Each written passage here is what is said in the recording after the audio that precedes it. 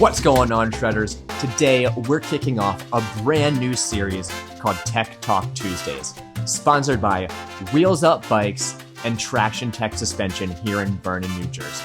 Today, we're breaking down one of the most important and most overlooked parts of your drivetrain, the chain and cassette. This is where the power meets the dirt. And if you're not taking care of these, you're throwing away money and performance. So how does your chain and cassette actually drive your bike? When you pedal forward, the crank turns the chain ring up front, which then pulls this chain, which is wrapped around the back of the cassette, and each tooth of the cassette grabs a link on the chain, and the chain pulls the cassette forward, which then rotates the wheel forward. Pretty simple mechanics. Shifting into a bigger cog gives you more torque, great for climbing. Smaller cogs give you more speed, perfect for descents or flat out pedaling. It's a simple system, but precision matters. If the chain skips or the cassette is worn, your power doesn't make it to the trail. First, let's talk about chain and cassette wear. Now, to really understand chain wear, we need to understand how chains are constructed. Chains aren't just a string of links. These are precision components. Inside every link are pins, bushings, and rollers. And the side plates are meant to flex and shift under tension. Modern MTB chains are built with special coatings like chrome and nickel to fight off rust and wear. SRAM, Shimano, and KMC all do it a little differently, but the concept is the same. Keep things rolling smooth and efficiently. Now, chain wear is usually measured in something called stretch, but the chain really isn't stretching. It's really the rollers and the pins inside the rollers that are wearing down, making this space bigger as time goes on. It's not actually the plate stretching. Use a chain checker tool to keep tabs on the wear of your chain. Once you reach 0.5% on a 12-speed chain, it's time to replace. Now let's talk about your cassette construction. Depending on what grade of cassette, how good it is going to depend on what it's made out of. Now, a GX cassette is going to be made out of a more durable but heavier material than, say, your XX1 cassette. I'm running GX all the time.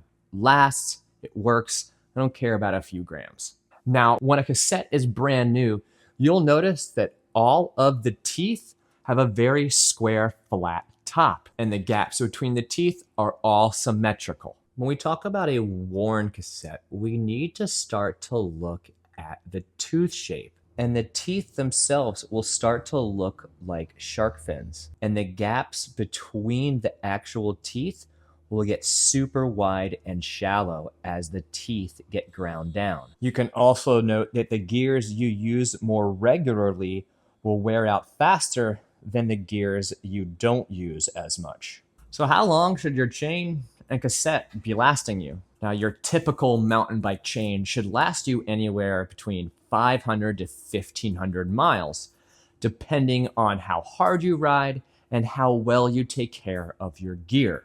As far as your cassette goes, you should be getting 2 to 3 chains out of a single cassette, as long as you're changing your chain when it's time.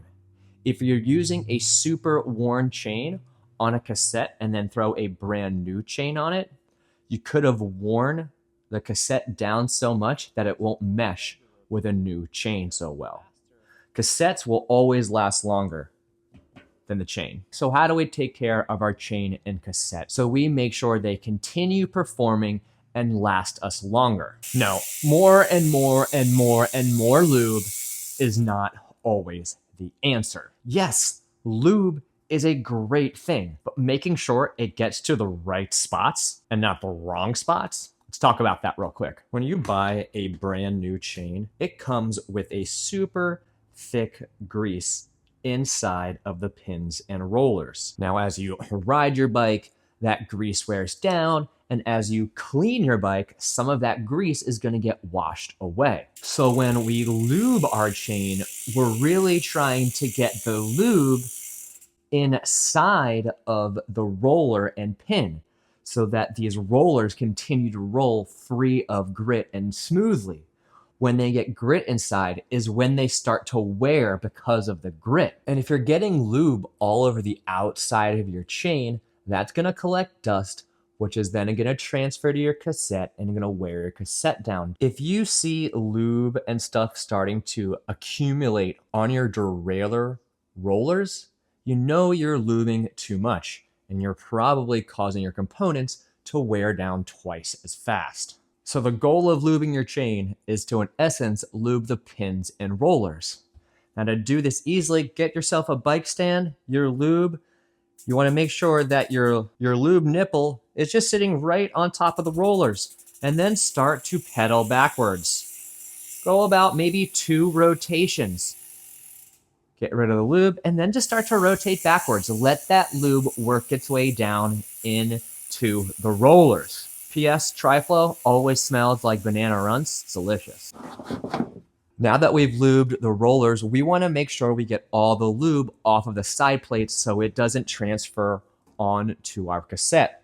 So just take a clean rag, fingers to the outside, and rotate backwards. Boom. Now we have lubed pins and rollers.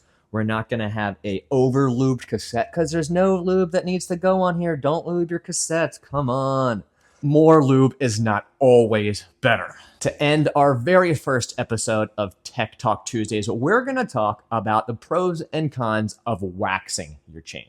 Now, right now, it's really popular and for a number of reasons. Super clean, low friction, and it lasts a lot longer than your typical oil in dry conditions. And when done properly, waxing your chain will attract less grit to your drivetrain, in return making your drivetrain last a lot longer. Now, there are a couple cons. First of all, it's time consuming. When you get a brand new chain, you need to strip it of all the factory grease, and then you need to have a bath of liquid wax to dip it in, and then you let it dry, clean it off, dip it again, and then you need to dip it every couple months to keep that going. It's a lot of time. If you have that time, you'll save components. But for 90% of us who just kind of show up every third ride and throw some lube on, it's good to go. Well, guys, that's going to do it for our very first episode of Tech Talk Tuesdays.